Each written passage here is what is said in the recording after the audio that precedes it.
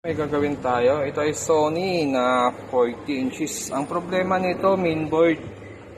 Kaya lang wala ako mahanap na mainboard nito. Kaya gagawin natin dito ay i-convert na lang natin sa China board. So payag naman yung may-ari. Kasi yung mga ganitong mainboard kasi, pag kumuha ka tapos hindi same ang program ng panel, ay nagpo-protect. So mahirap i-match yung mainboard saka yung panel. Mas maganda pag kumuha ka nito, same ang panel. Kasi minsan iba ang panel na gamit. Kaya hindi magmamatch yung program niya. So yung gagawin natin dito, i-convert na lang natin sa China board ito. Ang kailangan ni sir ay mayroon siyang BGA para sa monitor, computer. So gagawin siguro niya monitor na lang ito. So isi-set up natin yung China board dito.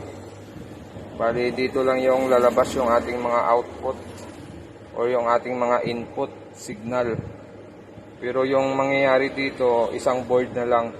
Yung power supply na yan, papatayin na natin dyan. Tapos yung backlight nun, i-convert na natin. Yung kung kaya ng board natin na supplyan yung backlight nun. Kasi Sony ito, minsan mataas yung supply nun eh. Kaya minsan di kaya ng backlight driver ng mismong board. So, i-convert din natin yan. Try na lang natin. So, ito na. Na-set up na natin siya. So, ginawa natin dito. Bali, ito na yung main board na ikakabit natin. Tapos yung power supply. Tapos nagkabit tayo ng backlight driver natin. Tapos yung relay para pag on ng unit, sasabay yung backlight niya doon sa power on. Yan. So, yung LVDs nito, nag-assemble pa tayo kasi pang Sony kasi yung LVDs na kailangan natin. So, yan. Nag-wiring pa tayo ulit. Yan. So, nakakabit na yan. Pang Sony na yan. At yung speaker natin, na-set up na rin natin. Pati yung sensor natin, na-set up na rin natin yung sensor natin dito. Yan. Bali, yan na yung lalabas na input natin sa gilid. So may HDMI naman siya dito, may VGA siya, antenna, USB, saka yung audio video. So yun lang naman yung kailangan na ilalabas diyan. Dito hindi na kailangan natin ilabas yung mga yan. Yun. Yung sa AB natin, dito yung galing, nag-wiring na lang tayo. Yan. So iti-testing na lang natin siya. Titingnan natin kung okay na yung ginawa natin. Yan. So, yung original na board nito, power supply, hindi na natin ginamit. Bali, yun na lang yung board na pinapagana natin para mag-operate yung ating unit.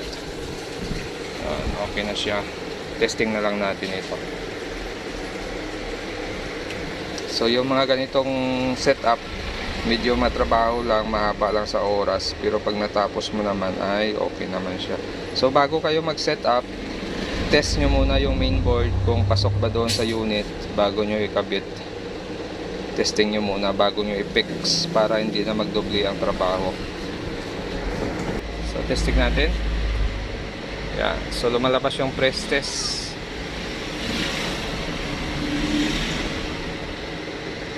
Yan. So okay na siya. Natapos din natin. So malinis naman. Maayos naman yung pagka-setup natin. Okay. So pasok na ito.